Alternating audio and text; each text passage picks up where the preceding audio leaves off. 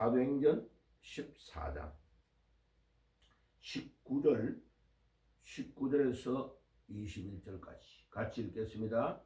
유대인들이 안디옥과 이고니온에서 와서 무리를 충동하니 그들이 돌로 바울을 쳐서 죽은 줄로 알고 시외로 끌어내치니라. 제자들이 물러섰을 때에 바울이 일어나 그 성에 들어갔다가 이튿날 바나바와 함께 더베로 가서 바울은 복음을 그 성에서 전하여 많은 사람을 제자로 삼고 루스드라와 이고니온과 안디옥으로 돌아가서 제자들의 마음을 굳게 하여 이 믿음에 머물러 있으라 권하고, 또 우리가 하나님의 나라에 들어가려면 많은 환난을 겪어야 할 것이라 하고. 아멘. 자, 오늘은요 사도 바울이 튀르키예의 소아시아 지역을 개척할 때에 여러 곳을 다니면서 복음을 전했는데, 특별히 오늘에 보니까 루스드라와 이고니온 있는 쪽에 가서 복음 전할 때에 엄청난 어려움이 왔습니다.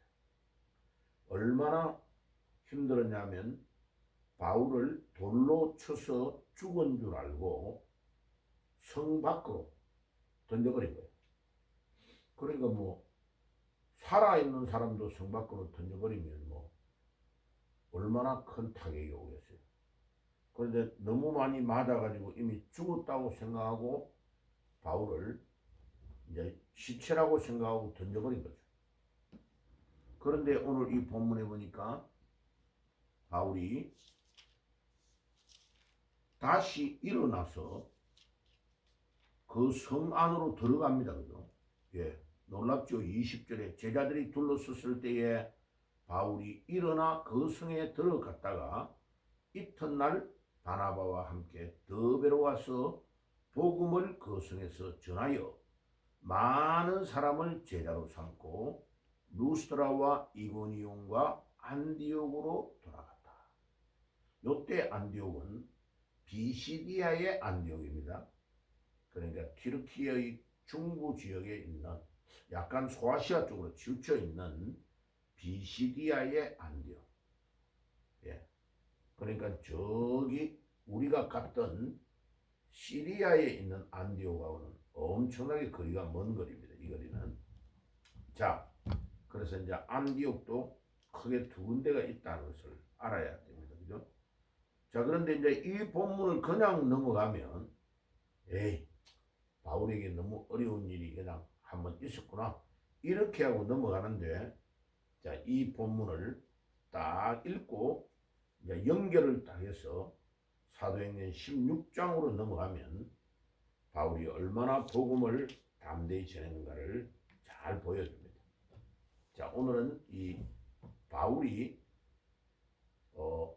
에베소 교회를 개척하고 3년 동안 눈물로 흘리며 제자를 길러낸 것이 그냥이 아니고 성령의 강력한 능력과 역사와 또 이 바울이 제자를 가는 곳마다 길러내는데, 그 제자를 길러낼 때에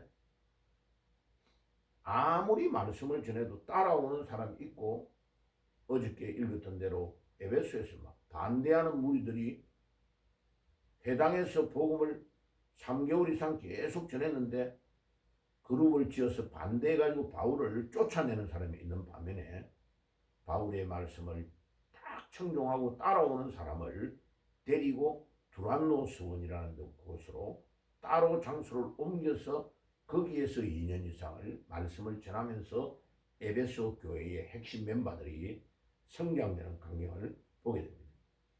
그런데 오늘 이 본문은 바울이 에베소 교회를 개척하고 바울은 계속 거기에 지역의 제자들을 길러놓고 그 교회를 세워놓고 또 다른 곳으로 계속 가기 때문에 에베소 교회를 맡아야 될 목회자가 필요한데, 그 목회자가 바울이 찾아낸 디모데입니다. 디모데. 근데 이 바울이 디모데를 어떻게 찾아냈는가를 잘 봐야 돼요. 16장 오늘 아침에 나누려고 하는 말씀의 핵심이에요. 16장 1절에 바울이 더베와 루스드라에 이름에. 자, 조금 전에 복음을 전하다가 돌에 맞아서 죽을 뻔, 완전히 죽었다고 생각하고 시체를 성 밖으로 던져버렸는데 바울이 다시 일어나서, 그럼 보통 사람들 같으면 더럽게 재수 없네 이 동네 이러면서 먼지를 털어버리고 다른 데로 갈 건데, 바울은 일어나서 다시 루스드라 성 안으로 들어갔다는 것을 잘 기억해야 되는 거예요. 바울이 더베와 루스드라의 이름에 거기에 디모데라 하는 제자가 있으니, 보세요. 그러니까 그 성에서 맞고 그냥 죽다가 살아났으니까 빨리 다른 데로 도망가야 되는데 바울은 그렇게 안 하고 다시 루스드라에 들어간다. 이 말은 그렇게 맞으면서 누구를 찾아내느냐 하면 디모데와 같은 제자를 루스드라에서 찾아내요. 이것을 보면 바울을 통해서 하나님이 얼마나 강력하게 역사하고 다른 목회자와 다르다 하는 것을 보여주는 거죠. 그래서 어제 우리 미국의 데이비드하고 이제 한참 아침에 통화를 했어요. 이제 터키의 복음화에 대해서 막 의논을 하는데, 여러 번 터키를 갔다 오고 그 튀르키예에 있는 선교하는 사람들을 여러 명을 만나본 거죠. 그런데 하나같이 거기에 튀르키예의 선교사들이 뭐라고 하느냐, 딱 정착해서 오랫동안 튀르키예에 복음을 전하는 사람은 나는 죽어서 여기에 묻히겠다는 사람은 살아남고, 그 다음에 대부분은 선교하겠다고 왔는데 다 떠난다는 거다. 10명이면 9명은 다 떠난대. 몇 개월을 못 견뎠어. 왜? 튀르키예가 우리나라에 비해서는 못 사는데 회교의 지역을 따지면 제일 잘 사는 나라 중에 하나인 거예요. 그러니까 튀르키예 안에 사는 사람들, 그 사람들은 90% 이상이 다 회교지만 부족함을 못 느끼는 거예요. 왜? 자기들은 유럽과 아시아에 걸쳐 있으면서 나라도 넓고 농산물도 풍부하고 이러니까 잘 산다고 생각한대. 잘 산다고. 그래가지고 시민들을 직접 만나가 대화를 해보고 이러면 우리나라 사람에 비해서는 순박한 거는 맞는데, 그 사람들은 이미 오랫동안 자기 나라에서 딱 정착해가지고 우리는 별로 걱정이 없어 라고 거기에 너무 정착되어 있기 때문에 그거를 뚫고 복음을 전하는 사람이 거의 없다는 거예요. 그래서 이스탄불에 있던 그 전도사가 차 타고 가면서 막 이렇게 이야기하는 걸 내가 듣고 말해줬잖아요. 그런데 그 사람처럼 거기에 몇 개월을 1, 2년 있어가지고 벌써 이미 여기는 안 된다 하는 거에 대해서 먼저 복음을 전하는 사역자들, 전도사님들이나 목사님들이나 거기에 선교사들이 거기에 딱 벌써 안 된다. 이 사람들은 부족함이 없어. 그래서 내가 복음을 전하기가 도저히 어려워라고 느껴버리면 거기는 결국은 안 된다는 거예요. 그런데 딱 살아남는 사람, 우리가 만났던 선교사처럼 그 이제 데이비드 그러더라고. 자기는 그 식당하고 있는 그 선교사님을 만났을 때 이 사람은 될 수밖에 없다 하는 그 몇 가지 힌트가 되는 게 뭐냐면, 자기 자녀 3명을 전부 다 보통 선교사들은 영어권의 자녀를 위해서 보낸대. 국제학교 이런데. 선교사는 고생을 해도 자기 자녀는 고생을 안 시켜야 되니까 그냥 국제학교 영어권에 어디를 가도 미국이나 이런 데 가도 공부할 수 있는 그 시스템을 만들기 위해서 그런 데 보낸다는 거예요. 그런데 딱 그날 우리하고 대화할 때 자녀들을 튀르키예의 현지 학교에 보낸다 하는 걸 딱 듣고 이 사람은 성공할 수밖에 없겠다. 그러니까 그 말은 무슨 말이냐? 이미 10년을 견뎌오면서 온갖 어려움과 힘든 것이 많았는데도 나는 이 튀르키예의 복음을 전하는 나는 여기서 우리 가족 모두가 여기서 죽겠다 하는 결정을 내리고 선교한 사람은 살아남는다. 그 사람은 살아남을 수밖에 없다는 거죠. 그 굉장히 중요한 말을 데이빗이 하는 것을 제가 맞다. 그러니까 이제 여기에 한국에서도 지금 이렇게 전해오면 너무 편하고 너무 잘 사니까 이제는 목회자의 말을 안 듣는 거죠. 목사님이 어릴 때에 70년대, 80년대 때는 성도들이 간절했어요. 새벽 기도에 막 새벽 기도가 미어 터졌다니까. 그러면 교회에 오면 새벽마다 울면서 눈물을 흘리며 기도하는 성도들이 많았어요. 그리고 금요일날 되면요, 철야 기도에 와가지고 막 울고 불고 자기 남편과 가정과 자녀들을 위해서 막 자기의 앞날을 위해서 눈물을 흘리고 기도하는 성도들이 너무 많았어요. 요즘같이 좋은 날씨, 춥지도 않고 덥지도 않을 때는 교회에서 기도하다가 자는 사람이 아주 많았어요. 나도 학생 때 여름에는 집이 너무 더우니까 너무 집이 막 지붕이 열받으니까 더워서 못 자는 거죠. 복사열 때문에. 그래서 교회에 가가지고 기도하다가 잔 적이 아주 많아요. 이 교회는 1층, 2층, 3층 해가지고 천장이 높고 교회는 시원하거든. 해마져 버리면 시원하니까. 나 여름에는 막 거의 교회에서 살았어요. 그런데 보면 항상 교회는 기도하고 눈물 흘리고 기도하는 소리가 났어요. 주일날 새벽에도 나는 새벽 기도를 꼭 나왔어요. 나와가지고 기도하고 말씀 읽고 이러면 우리 담임 목사님 사모님이 막 내를 불러 밥 먹으러 오라고. 다른 사람 다 갔어. 근데 그 시간에 막 기도하고 찬송 부르는 게 너무 좋은 거예요. 그래서 내 혼자서 막 기도하다가 찬송 한 20곡 30곡 부르면 주일날만 유일하게 학교를 안 가니까 난 시간이 얼마나 되는지 모르는 거야. 그러면 사모님이 밥 먹다가 내 목소리가 들리니까 나와가지고 사택이 뒤에 있으니까 와가지고 밥 먹으라고. 그래서 목사님 댁에서 밥 먹고 그러고 9시 되면 주일학교 하잖아. 난 고등학생인데 저 뒤에서 주일학생들 이 서기 봐주는 거 서기를 다 했다. 새벽 기도부터 그거 끝나고 나면 주일학교 가면 이제 성가대 연습 시작한다니까. 그리고 우리 성가대 지휘자 저 계명대학교 엄대 나온 사람이 지휘자가 자기는 지휘하고 부인은 피아노 치는데 둘 다 계명대 출신이에요.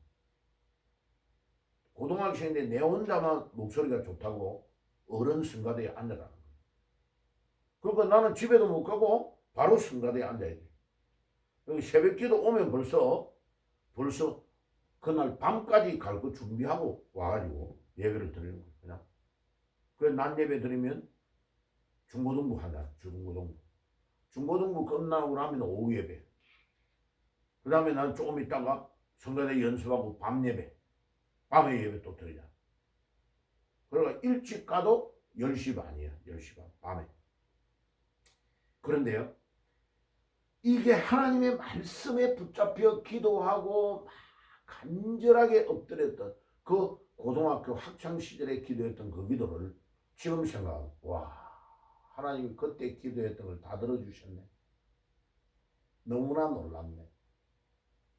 너무 감사하네. 야, 그러니까 데이빗이 그러더라고. 아빠 제가 1학점 남겨놓고 지금 튀르키예에 계속 교회에 선교하는 단체 사람들 데리고 이거 뭐 수십 번을 왔다 갔다 했는데 올 때마다 이 튀르키예가 너무나 중요하다. 요번에 아빠하고 데리고 같이 막 선교 여행을 하면서 이 튀르키예를 살려야 되겠다는 마음이 간절하대. 그래서 자기는 바울처럼 자비량으로 선교하는 것을 하나님이 그렇게 맡겼다고 자기는 그렇게 생각한대.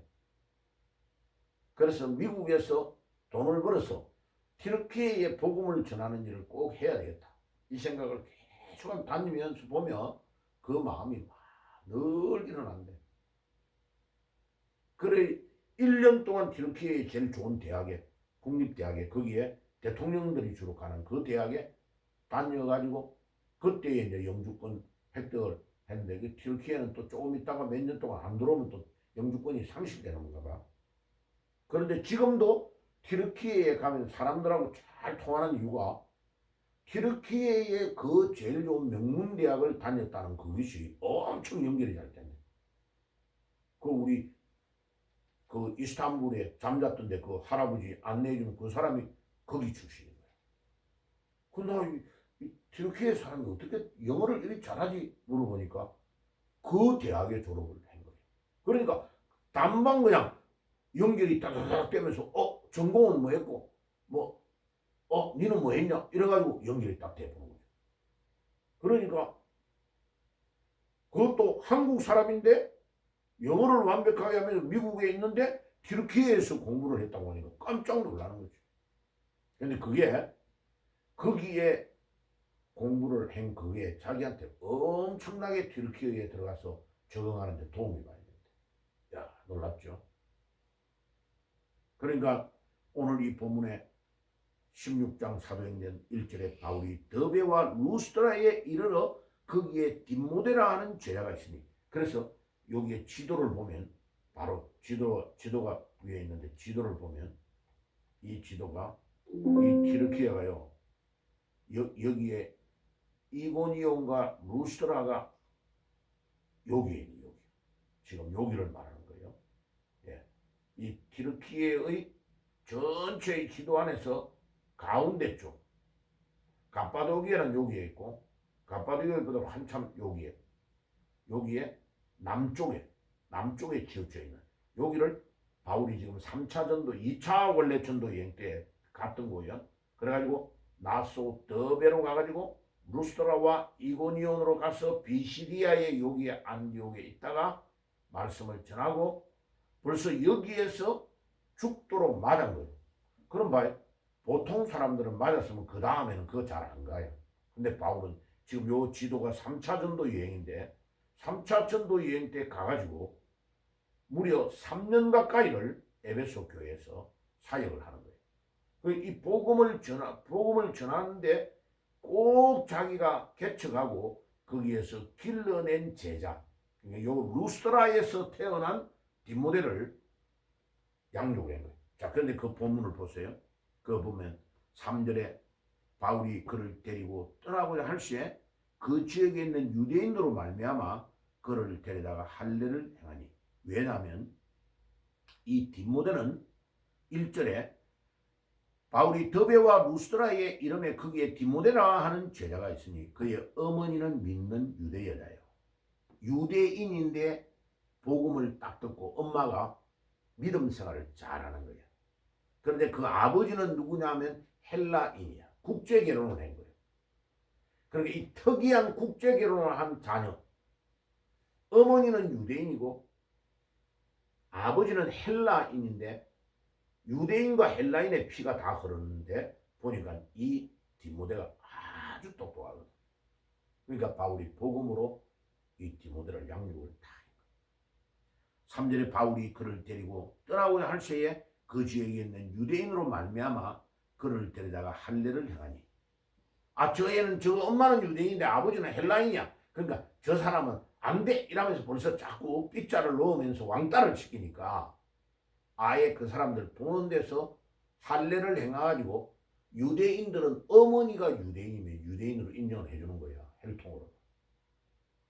그래가지고 할례를 아예 행해가지고 유대인들이 건수를 못 잡도록 딱 디모데를 지도자로 세우기 위해서 벌써 탁 할례를 행하니, 이는 그 사람들이 그의 아버지는 헬라인인 줄 다 알미르라. 그래서 유대인들이 태클을 걸지 못하도록 할례를 딱 행해가지고 딱 드러내버린 거죠. 그래서 벌써 이 디모데를 바울은 지도자로 세우겠다고 계획을 딱 차고 양육하고 있는 거예요. 4절에 여러 성으로 다녀갈 때에 예루살렘에 있는 사도와 장로들이 작정한 규례를 그들에게 주어 지키게 하니 이에 여러 교회가 믿어 더 굳게 해지고 굳건해지고 수가 날마다 늘어가니라. 성령이 아시아에서 말씀을 전하지 못하게 하시거늘 그들이 부르기아와 갈라디아로 땅으로 다녀가 무시아 앞에 이르러 비두니아로 가고 에스데 예수의 영이 허락하지 아니하시는지라. 여기 보면 무시아를 지나 두로아로 내려갔는데 밤의 환상 중에 바울에게 보이니 마게도니아 사람 하나가 서서 그에게 청하여 이르되 마게도니아로 건너와서 우리를 도우라 하거늘. 여기에 이 마게도니아가 바로 이스탄불의 건너편에 있는 유럽이 마게도니아예요.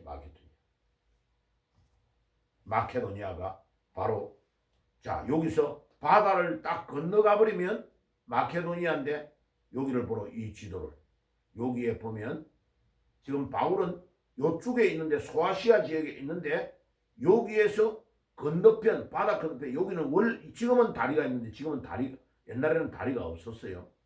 지금은 다리가 거의 3개가 있어. 이스탄불 있는데 여기도 원래는 떨어져 있는 거예요. 지금 지도가 잘못되어 있는 거예요. 여기도 바다가 떨어져 있는 거예요. 배들이 다 지나가는데 여기 바다. 에게해라고 그러죠. 그래가지고 여기에 건너편에 요 보면 빌립보라는 데가 있잖아요. 빌립보. 요 마케도니아의 수도가 빌립보야. 여기에 건너편에서 우리를 도와달라 하고 한 명이 계속 하는 것을 주께서 환상중에 보여주신 거예요. 그러니까 바울이 여기서 복음을 계속 전해가 전도가 막 일어나니까 이쪽으로 계속 복음을 소아시아 지역을 전해 나가서 교회를 계속 세우고 있는데 여기를 건너오라고 하는 것 때문에 여기로 건너가 사도행전 16장의 요 사건이 세계 지도가 바뀌는 사건이에요. 엄청난 사건이 일어난 거예요. 요 아시아가 전 세계에 주도를 하며 복음을 전해야 될 시기에 유럽으로 바울이 넘어가가지고 복음을 전한. 그래서 빌립보 교회가 바울이 유럽에 세운 최초 교회예요. 이 교회가 빌립보 교회. 자주장사 루디아를 중심으로 그 집에서 예배를 시작했던 교회가 빌립보 교회. 그런데 루디아도 이쪽 튀르키예 고향이에요. 그죠? 우리 갔던 거기에. 그런데 여기에서 자라났던 사람이 이쪽으로 다 건너가가 있는 거예요. 이미 마케도니아에. 그러나 이 복음 전해가지고 요리 내려오면 여기가 고린도. 머리를 깎았던 갱그리아라는데 여기 아테네가 여기에 있어요. 여기에 전부 다 그리스예요. 여기는 마케도니아라 그래요. 마케도니아. 나중에는 다 이제 알렉산더가 다 통일을 시켜버려요. 알렉산더가 이쪽으로 다 점령해버리는데 알렉산더가 죽고 로마가 점령을 다 해버린대요. 거꾸로 이스라엘 요까지 이집트까지 나중에 점령을 하죠. 자, 그래서 오늘 이 아침에 우리가 생각해야 되는 것은 바울은 그냥 움직이는 게 아니고 자기에게 어려움이고 루스트라에서 완전히 죽을 만큼 맞고 이랬는데도 바울은 제자를 양육하는 대로 가는 거예요. 사람을 찾아내지 못하면 마자가 죽었다고 생각하고 던져버렸는데도 바울은 일어나서 온몸이 멍들었을 거 아니에요. 그런데 그 다음날 또 일어나서 자기를 두드려 팼던 그 루스트라 안으로 들어가서 누구를 찾아내느냐? 디모데를 찾아내는 거예요. 그러니까 바울은 이 뒷모데 하나가 루스트라에서 찾아난 최고의 인재, 재산이에요. 재산. 이 루스트라에서 길러낸 이 제자 뒷모데를 여기까지 데려와서 바울이 에베소를 개척해서 에베소가 너무나 놀랍게 부흥이 되니까 바울 다음으로 제자로 목회자로 세운 사람이 누구냐면 디모데예요. 자, 오늘 란네베에 연결해서 그러니까 요한은 디모데 다음으로 나중에 노년에 예수님 떠나가시고 어머니를 모시라고 하는데 이 이스라엘 쪽에서 살기가 너무 어려운 너무나 핍박이 심하니까 이 예루살렘에서 어머니를 모시고 여기에 와가지고 에베소에서 밤모섬에 원래 이쪽 쪽에 밤모섬에서 유배를 당해 있다가 살아나가지고 90이 넘어서 노년에 예수님의 어머니를 모시고 여기 살다가 세상을 떠난 거예요. 그러니까 이 에베소를 이끌어 나간 제자들이 굉장히 많은데 그중에 대표적인 인물이 바울. 바울이 루스드라에서 찾아낸 제자를 에베소에 두 번째 사역자로 세우고 나중에 사도 시대가 끝날 때에 누가 여기를 지키고 있었냐면 사도 요한이. 그러니까 예수님의 어머니까지 있었으니까 이 에베소는 그 당시에 엄청 중요한 교회였다는 것을 알 수 있죠. 그래서 어제 내가 이제 기도했어요. 또 아들하고 이야기하면서 하여튼 한국에서 어떻게 하든지 우리의 사역을 도울 사람만 일어나면 이 튀르키예를 꼭 살리고 싶다, 살려야 되겠다 하는 마음이 많이 들어요. 그래서 오늘 아침에 주님 기도하고 이 에베소 교회, 우리가 찍었던 이 사진, 이 에베소 교회를 기억하면서 계속 이와 같은 중심되는 교회가 한국에 꼭 서고, 또 6월 3일에 있는 이 선거, 지금 이틀 동안 부정선거했던 게 다 드러났는데 이제 대학생들 중심으로 한 600명이 철야해가지고 이 부정을 밝히겠다고 지금 불복하겠다고 이미 선언을 했어요. 근데 6월 3일을 보고 김문수 이게 장관이 당선이 되면 다행인데, 이게 이제 부정으로 가서 계속 그대로 부정으로 끝나면 그냥 있지 않을 것 같아요. 이번에는 완전히 너무나 많이 드러나 버렸어요.